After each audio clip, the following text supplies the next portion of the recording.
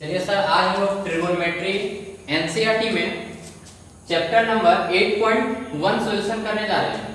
इसके पहले सर कुछ इसका बेसिक जो चीज है ट्रिगोनोमेट्री के बारे में जान लेते हैं और इसके बाद फिर हम लोग चैप्टर पर आएंगे और साथ ही साथ न्यू सिलेबस 21 और 22 का जो आपका एग्जाम में आने वाला है ऑब्जेक्टिव के साथ सब क्वेश्चन सॉल्यूशन करेंगे हम लोग। और आपका जितना बुक में दिया हुआ जितना तक पढ़ना है वो सबका सॉल्यूशन किया जाएगा, हल किया जाएगा।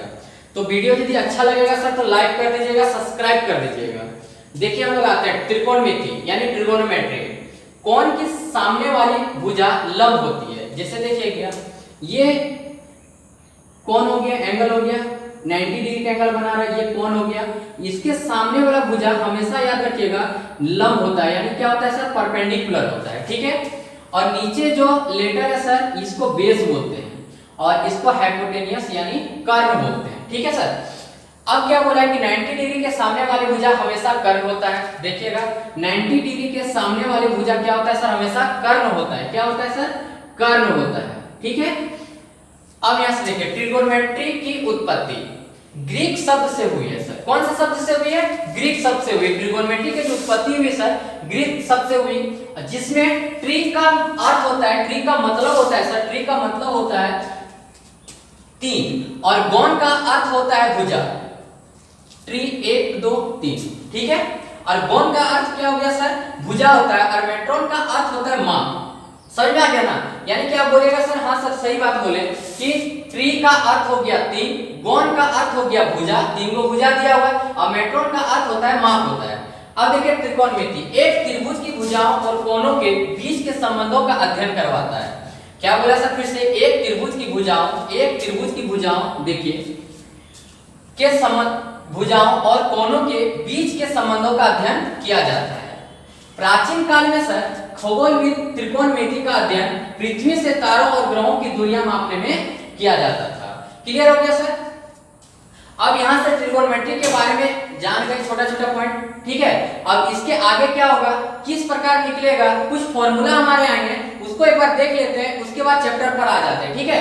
एक बार इसको बढ़िया से देख लीजिए, इसके बारे में जान लीजिए, क्योंकि हर चैप्टर जब भी कोई चैप्टर आप सॉल्यूशन कीजिएगा तो पहले उसके बारे में जानना जरूरी रहता है कि वो चैप्टर बनेगा किस प्रकार, वो चैप्टर क्या बोल रहा है इसके बारे में। क्योंकि सर आप खुद सोच के देखिए कि जो भी चैप्टर आप बना रहे हैं पहले उसके बारे में यदि बेसिक नहीं जान लेते हैं और बनाना शुरू कर देते हैं तो उसका कोई मायने नहीं रहता है, ठीक है सर।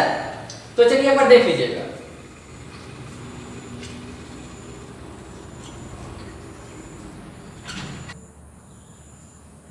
चलिए सर अब देखते हैं त्रिकोणमितीय अनुपात। आपका जो ये चैप्टर में आपका जो मेन है यहीं से आपका पूरा क्वेश्चन बनेगा। ये डायग्राम को अच्छा से हम क्लियर कर दे रहे हैं, कैसे एंगल चेंज हो जाता है, कैसे वैल्यू चेंज हो जाता है, कैसे मार्क चेंज हो जाता है, ये पहले क्लियर कर लीजिए और पूरा चैप्टर जो है चुटकी में बनाइए। कैसे देखिएगा, हम क्या बोल रहे हैं, जैसे एक समकोण त्रिभुज लिए हम लोग ए बी सी में, जिसमें कौन सा बोल रहा है, ए एंगल को बोल रहा है, कौन ए को बोल रहा है। तो हमेशा याद रखिएगा कि यहां वाला एंगल यदि बोलेगा इसके सामने वाला जो रहेगा वो कोण ए की सम्मुख भुजा यानी ये परपेंडिकुलर हो जाएगा, ठीक है। और ये बेस हो जाएगा तब, और ये हाइपोटेनियस कभी चेंज नहीं होता, हाइपोटेनियस कभी चेंज नहीं होता। जब भी चेंज होगा परपेंडिकुलर और बेस चेंज होगा, यानी लंब और आधार चेंज होगा। तो यदि आपका एंगल यहां से बोला तो यहां से देखिएगा सामने वाला जो भुजा रहता है वो आपका परपेंडिकुलर बन जाएगा, क्योंकि आपका एंगल यहां पे लिया है। और यहां पे आप देखिएगा तो एंगल आपका कहां पे लिया है, सी एंगल को ले लिया है। तो सी एंगल को ले लिया तो इसका परपेंडिकुलर क्या बन गया सर, ये पी बन गया, और ये आपका क्या बन गया, बी बन गया। यानी क्या आप बोलिएगा ना कि सर समझ में आ गया है, कैसे आ गया है कि सर कुछ नहीं कर रहे हैं। यदि यहां से एंगल ले रहा है तो इसको P मान लेंगे, और यदि एंगल यहां से ले रहा है तो इसके सामने वाला P इसको मान लेंगे। जो वैल्यू दिया हुआ रहेगा, देखिएगा कभी कभी क्वेश्चन में इसमें क्या कर देता है, एक ही चीज दिया हुआ रहता है, एक बार बोल देगा साइन A निकालिए, एक बार क्या निकालिए, साइन C को निकालिए।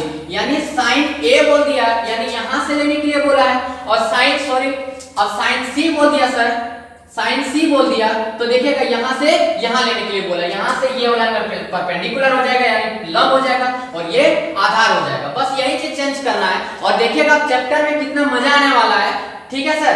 अच्छा एक चीज और बताना चाहते हैं, देखिएगा ये आपका हो गया सर यहां से ले रहे थे, परपेंडिकुलर हो गया, और ये आपका क्या हो गया सर, बेस हो गया। तो मान लीजिए पहले यहां से देखिएगा, यहां यदि 4 वैल्यू दिया और यहां 3 दिया है, तो आप बोलिएगा कि नहीं, यहां पे सर कितना हो गया, 4 हो गया, और ये b बराबर कितना हो गया, 3 हो गया। कब सर, जब एंगल a बोला है तब। और वही चीज यदि एंगल C बोल दिया तो आप बताइए कि P कहां वाला हो जाएगा, नीचे वाला हो जाएगा, यानी P का वैल्यू अब कितना हो जाएगा, 3 हो जाएगा, B का वैल्यू कितना हो जाएगा, 4 हो जाएगा। इतना इजी से बन जाएगा। लेकिन लड़का लोग एग्जाम में यहीं पे फंस जाता है, यहीं पे दिक्कत होता है क्या, कि वही वैल्यू रहने देता है और कंफ्यूजन में बना के चलाता है एग्जाम में। ठीक है सर, तो ये आप अच्छा से यदि क्लियर हो गया तो चलिए हम चैप्टर पर आते हैं और क्वेश्चन बनाना स्टार्ट करते हैं।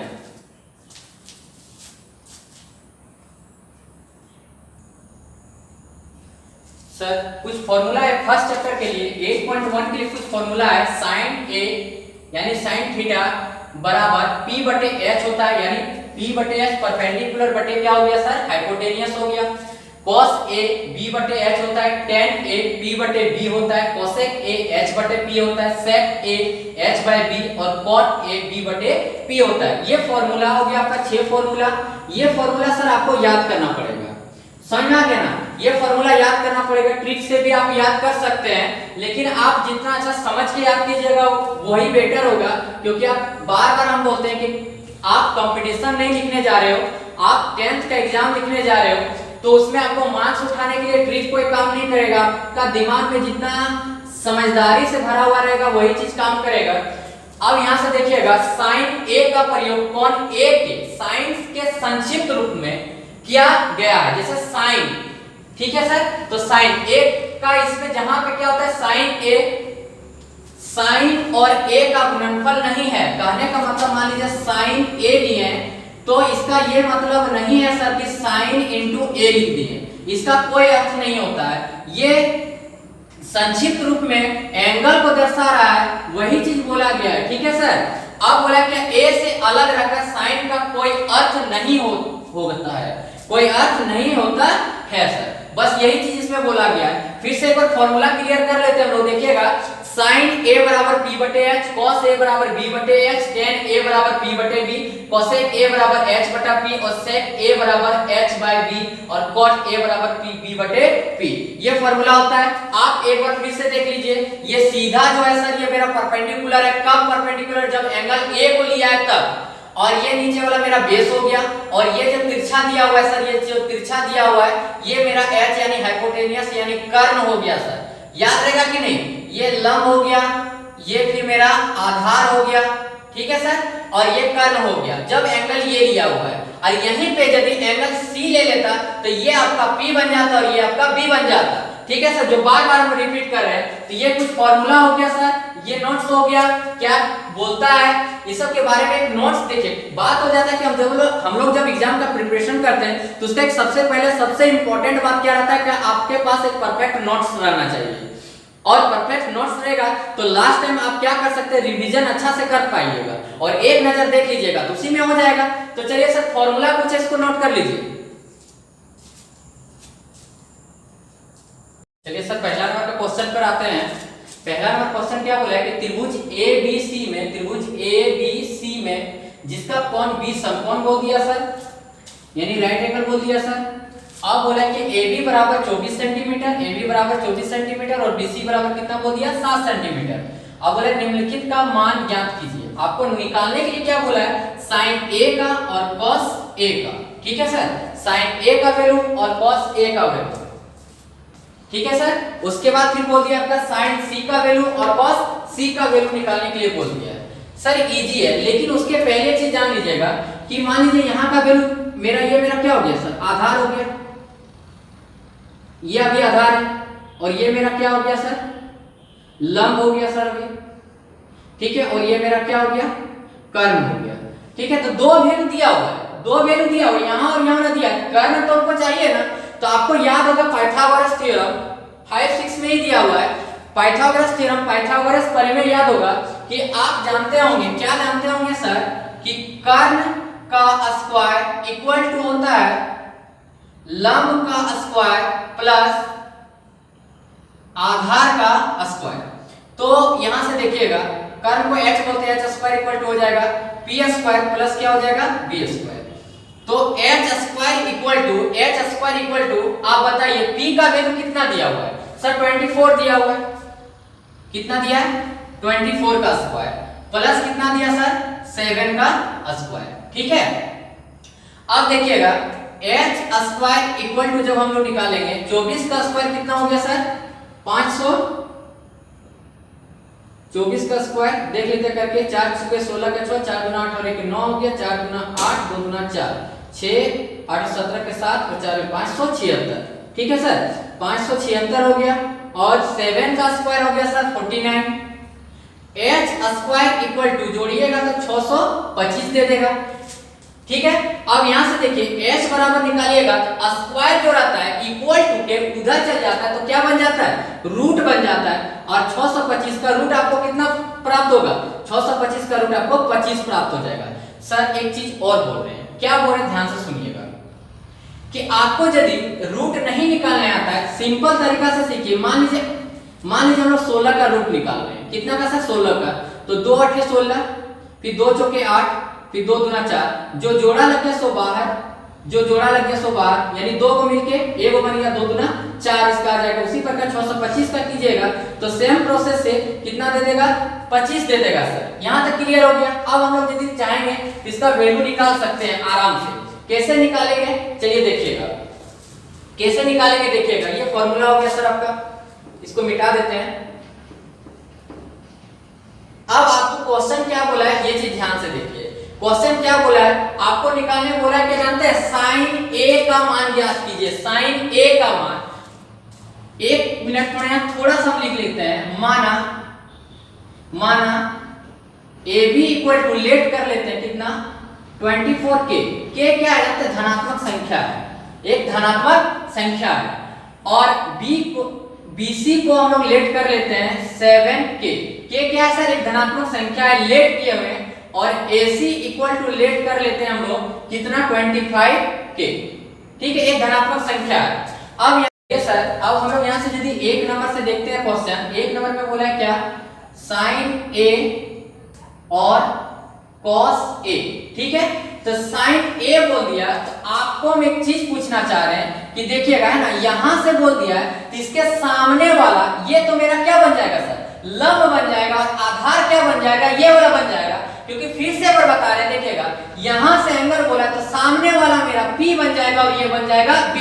तो साइन A का फॉर्मूला होता है आपका हो जाएगा सर लंब बटे कर्व। अच्छा लंब जो है सर लंब इसमें क्या हो जाएगा BC हो जाएगा सर मेरा लंब क्या हो जाएगा BC और कर्व क्या दिया हुआ है सर कर्व क्या दिया हुआ है देखिएगा AC। कर्व तो भैया कभी चेंज होता ही नहीं है, कर्व तो चेंज हो नहीं रहा। अच्छा BC का वैल्यू आप बोल सकते हैं BC का वैल्यू 7 के है और AC का वैल्यू सर 25 के है। के कैंसिल हो गया और 7/25 सेंटीमीटर आंसर आ गया किसका साइन A का। किसका आ गया सर साइन A का। देखिए समझ में आया कि बताइएगा, फिर से बोल दे रहे हैं साइन A बोला था यहां से एंगल बोला था यहां से एंगल बोला था जिसके चलते मेरा ये लंब हो गया और ये आधार हो गया यानी वैल्यू क्या हो गया चेंज हो गया है। ठीक है, और यहां से देखिए साइन A बराबर लंब बटे कर्व कर दिए और BC बटे AC कर दिए क्योंकि BC मेरा था 7 और AC था 25 7/25 सेंटीमीटर आंसर हो गया। ठीक है सर देख लीजिए अब इसी में देखिएगा cos A बोला हुआ है cos A। तो यहां से देखिएगा एंगल यहां से ले रहा है तो cos का फॉर्मूला क्या होता है सर cos का फॉर्मूला क्या होता है हम लोग का cos का फॉर्मूला हो जाता है सर आधार बटे कर्व। तो यहां से एंगल ले रहा है कि ये तो P बन गया था, ये P बन गया था तो B मेरा क्या हो गया था B मेरा क्या हो गया था सर B मेरा हो गया था AB यानी यहां पे हम बोल सकते हैं AB बटे AC। AB को हम लोग कितना लेट किए थे 24 के और AC मेरा था 25 के कैंसिल हो गया तो 24/25 सेंटीमीटर आंसर। कितना इजी से पता है देख रहे हैं समझ में आ रहा है कि नहीं। एंगल चेंज हो जा रहा है सर ऊपर वाला ले रहे हैं तो वैल्यू केवल चेंज हो जा रहा है बस यही तो कर रहे हैं। ध्यान से देखिएगा हर बात पर गौर कीजिएगा 110% चैप्टर इजी लगेगा। समझ में आ गया ना, चलिए देख लीजिए इसको। क्वेश्चन नंबर 2 पर आते हैं। क्वेश्चन नंबर 2 में क्या बोला है, साइन सी और कॉस सी। ठीक है, दूसरा स्टेप में बोला है साइन सी। देखिएगा मजा आ जाएगा, मजा आ जाएगा तो बोलिएगा। देखिए साइन सी बोल दिया ना, एंगल यहाँ पे ले रहा है तो लंब ये मेरा हो गया और कर्ण ये हो गया, तो साइन सी लंब मेरा हो गया सर AB और ये हो गया सर AC। आप बताइए तो AB का वैल्यू कितना है, 24 के 24 के, और यहां से देख लीजिएगा AC का वैल्यू कितना है सर 25 के। एक धनात्मक संख्या है सर, सिर्फ हम लोग लेट किए हुए इसको, ये आंसर हो गया मेरा। अब क्या बोला है cos c, इसका सर मेरा क्या हो जाएगा सर, cos c का क्या हो जाएगा, आधार बटे कर्ण। तो यहां से देखिएगा एंगल C बोला था तो ये P था, तो ये मेरा आधार था, आधार बटे कर्ण बोल दिया है, तो देखिएगा यहां से आधार बटे क्या हो गया सर, कर्ण हो गया। तो आधार मेरा क्या है सर, आधार मेरा हो गया BC, आधार हो गया मेरा BC और ये मेरा हो गया AC।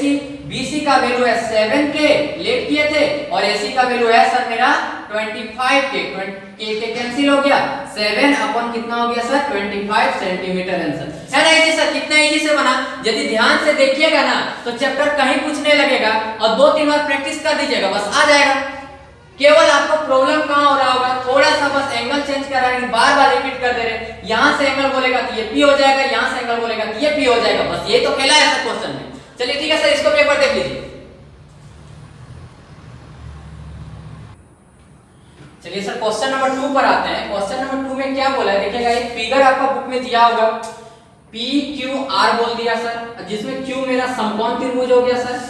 अब यहां से देखिएगा यहां का वैल्यू PQ का वैल्यू दिया है 12 सेंटीमीटर और PR का वैल्यू दिया है 13 सेंटीमीटर। क्लियर है सर। अब यहां से देखिएगा फिर से पाइथागोरस थ्योरम हमको लगाना पड़ेगा। यहां पे यदि हम लोग क्या करते हैं, PR का स्क्वायर इक्वल टू PR का, यानी समझिएगा यहां से कर्ण का स्क्वायर इक्वल टू लंब का स्क्वायर प्लस आधार का स्क्वायर। ठीक है, अच्छा लंब कर्ण मेरा कितना दिया हुआ है 13 का, ये हो गया स्क्वायर इक्वल टू लंब कितना दिया हुआ है सर 12 का स्क्वायर प्लस आधार नहीं पता है, आधार तो पता नहीं ना, यानी QR छोड़ दीजिए इसको। अब यहां से देखिएगा 13 का स्क्वायर कीजिएगा तो 169 दे देगा कि नहीं, और 12 का स्क्वायर कर दीजिएगा तो 144 दे देगा, प्लस क्या हो गया सर QR। और आगे इसमें देखिएगा तो QR बराबर आप बनाइएगा तो 169 इधर ले आइएगा तो माइनस हो गया 144। अब यहां से देखिए QR बराबर निकालिएगा तो 25 और Q यहां से क्या था सर QR स्क्वायर था ना, सॉरी QR स्क्वायर होगा, QR स्क्वायर को वो साइड चल जाएगा तो रूट बन जाएगा, और इसका रूट कितना दे दिया सर 5 सेंटीमीटर दे दिया। कितना दे दिया 5 सेंटीमीटर दे दिया, 5 सेंटीमीटर दे दिया। QR इक्वल टू कितना दे दिया 5 सेंटीमीटर। अब हम लोग क्वेश्चन पर आते हैं, एक बार लिख लेते हैं। माना PQ इक्वल टू 12 के एक धनात्मक संख्या है सर, लेट किए हुए। PR इक्वल टू 13 के और QR इक्वल टू हम लोग ले आए सर, लेट कर लिए 5 के। ठीक है यहां तक। अब देखिएगा क्वेश्चन आपको क्या बोला है, tan P minus cot R, tan P minus cot R। अच्छा tan का फॉर्मूला होता है सर P बटे B होता है। एंगल क्या लिया हुआ है, देखिएगा एंगल यहां से लिया हुआ है तो P मेरा क्या हो गया QR हो गया, P मेरा क्या हो गया सर QR हो जाएगा। एक बार देख लेते हैं tan P minus cot R, तो tan P बोला हुआ है तो इसका सामने वाला यहाँ वाला एंगल मेरा क्या हो गया सर लंब हो गया, और ये मेरा क्या हो गया आधार हो गया, यानी P बटे B होता है तो QR बटे PQ। ठीक है, माइनस cot R बोल दिया, यहां से देखिएगा यहाँ वाला एंगल लेंगे तो ये मेरा हो गया P, ये मेरा हो गया B, तो यहां से हो जाएगा सर QR बटे फिर क्या हो जाएगा PQ हो जाएगा। वैल्यू चेंज कर रहे हैं क्योंकि एंगल चेंज हो जा रहा है। अच्छा QR का वैल्यू आप निकाले थे 5 के और PQ का वैल्यू आप निकाले थे 12 के, माइनस QR का वैल्यू आप निकाले थे 5 के और फिर से PQ का वैल्यू निकाले थे आप सर, PQ का वैल्यू निकाले थे 12 के। ठीक है, K कैंसिल हो गया पूरे कैंसिल हो जाएगा सर, प्लस माइनस, यानी कितना आंसर आ गया सर, 0 आ गया। पूरे समझ में आया कि नहीं? इतना इजी क्वेश्चन था, सिर्फ एंगल चेंज करा, बस यही आपका कंफ्यूजन होता होगा कि देखिए यहां से एंगल बोलेगा तो ये भी बन जाएगा, यहां से एंगल बोलेगा तो ये भी बन जाएगा। ठीक है सर। क्वेश्चन नंबर 3 पर आते हैं। बोला यदि sin a इक्वल टू 3/4 तो cos a और tan a का मान परिकलित कीजिए। सर हम फिर बता रहे हैं, चैप्टर यदि आप ध्यान से देखिएगा और क्या बोल रहे हैं उस पर यदि आप गौर कीजिएगा तो बहुत ही इजी तरीका से चैप्टर बन जाएगा, क्योंकि अब चैप्टर का जितना भी क्वेश्चन रखा हुआ है उसमें कोई जान बचा हुआ नहीं है। यदि सही से तैयारी करना चाहते हैं तो आप मैथ में थोड़ा प्रैक्टिस कीजिएगा, क्योंकि मैथ का एक ही कहना रहता है कि मैथ, हम आपको बताते हैं क्या कि मैथ बोलता क्या है कि मैथ प्रैक्टिस मांगता है। आप जितना प्रैक्टिस कीजिएगा उतना खूबसूरत से आपका मैथ बनेगा। ठीक है, अब यहां से देखते हैं sin a बराबर 3/4 दे दिया है, हम लोग नाम दे दिए a b c नाम दे दिए, b मेरा समकोण है। ठीक है, तो यहां से देखिएगा यदि इसका हम हल करने जा रहे हैं तो देखिए कितना इजी से बनेगा। मान लीजिए sin a बराबर, अच्छा sin a बराबर 3/4। अच्छा sin थीटा का फॉर्मूला क्या होता है? sin थीटा का फॉर्मूला क्या होता है? लंब बटे कर्ण। लंब बटे क्या होता है सर? कर्ण होता है। लंब बटे क्या होता है? कर्ण। तो ये मेरा हो गया सर लंब, जो लंब मेरा है BC, और ये मेरा हो गया सर कर्ण। कर्ण क्या हो गया सर मेरा? AC। ठीक है, अब आप बोलिएगा कि नहीं सर कि सर दो वैल्यू यहाँ पे दिया हुआ है, दो वैल्यू दिया हुआ है, आपको पहले ये फाइंड करना पड़ेगा और उसके लिए पाइथागोरस थ्योरम लगाना पड़ेगा। यानी क्या आप कीजिएगा क्या, AC का स्क्वायर इक्वल टू हम कर देते हैं सर BC का स्क्वायर प्लस AB का स्क्वायर। ठीक है, अब देखिएगा AC का स्क्वायर यानी क्या हो गया सर 4 का स्क्वायर इक्वल टू BC का स्क्वायर, देखिएगा यहां से B और C का स्क्वायर आपका हो गया 3 का स्क्वायर, और AB हम लोग को क्या करना है सर? निकालना है। तो 4 चौके कितना हो गया सर? 16, और 3 तिया हो गया 9 प्लस AB का स्क्वायर। यहां से यदि AB स्क्वायर इक्वल टू निकालेंगे तो 16 माइनस कितना हो गया सर? 16 माइनस कितना हो गया? 9 हो गया। और देखिएगा AB बराबर जब आप निकालिएगा स्क्वायर इक्वल टू के उधर जाएगा तो क्या बन जाएगा? रूट बन जाएगा।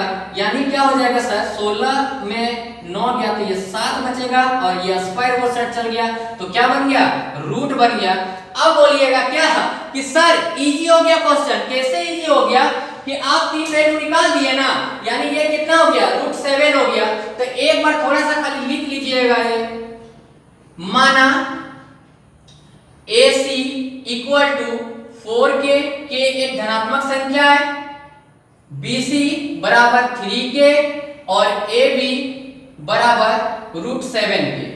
ये हम लोग लेट कर लिए। ठीक है, ये हम लोग लेट कर लिए। अब हम लोग को बोला है क्या? cos A का वैल्यू निकालने के लिए। तो cos A का वैल्यू निकालने के लिए बोला cos का फॉर्मूला हो जाएगा सर आधार बटे कर्ण। अच्छा एक चीज पूछना चाह रहे थे, cos A बोला है यानी ये फी हो गया, तो ये आपका B हो जाएगा यानी आधार हो जाएगा। तो आधार मेरा हो गया क्या सर? AB हो गया, और कर्ण मेरा क्या हो गया? AC हो गया। तो अच्छा आप जरा बताइए तो AB का वैल्यू आप कितना निकालें? √7K, और AC बराबर कितना दिया हुआ है? 4K। तो K कैंसिल हो गया तो √7/4 आंसर हो गया। मजा लग गया सर? मजा लगा ना? अब देखिएगा दूसरा में क्या बोला है? tan A का मान ज्ञात कीजिए। tan A एंगल चेंज नहीं हो रहा है, एंगल आपका यहीं पे रखा हुआ है, तो इसका होता है क्या सर? लंब बटे होता है क्या सर? आधार होता है, लंब बटे आधार। लंब क्या था सर मेरा? BC था। आधार क्या है मेरा सर? AB है। BC सर, BC जो मेरा हो गया सर, देखिएगा BC का वैल्यू आप कितना निकाले? 3K, ये निकाले 3K, और ये हो गया आपका √7K। K कैंसिल हो गया और यहाँ पे 3/√7 आंसर आ गया। बोलिए क्वेश्चन में कहां दिक्कत हो रहा है? कहीं तो आपको दिक्कत नहीं लग रहा है? थोड़ा सा लॉन्ग टाइप का नहीं बन रहा है सर? आपको लग रहा होगा थोड़ा सा लॉन्ग टाइप का बन रहा है, लेकिन थोड़ा सा डिटेल में बनाना पड़ेगा, क्योंकि हम बार बार बोल रहे हैं कि आप कंपटीशन का एग्जाम नहीं लिख रहे हैं, आप बोर्ड का एग्जाम लिख रहे हैं, तो आपको वहां पे समझाते हुए बनाना पड़ेगा। देखिए सर, थोड़ा सा समझा के एग्जाम में बना दीजिएगा ना, तो एग्जामिनर भी सोचेगा कि नहीं इसको जानकारी था, सही से बनाया और मार्क्स फुल में फुल मिलेगा, यानी 100 में 100 लाना है कि नहीं। तो बोलिए क्वेश्चन कैसा लगा, अच्छा लगा ना, और अच्छा से बन रहा है, इसके आगे भी क्वेश्चन बनाते चलेंगे, लेकिन आप कोशिश कीजिए क्या कि क्या बोलते हैं उस पर गौर कीजिए और एक एक क्वेश्चन का अच्छा से डील कीजिए, समझ में आ रहा है, प्रैक्टिस कीजिए, सनसना के प्रैक्टिस कीजिए सर, समझ में आ गया ना। चलिए उतार लीजिए या स्क्रीनशॉट मारिए इसको।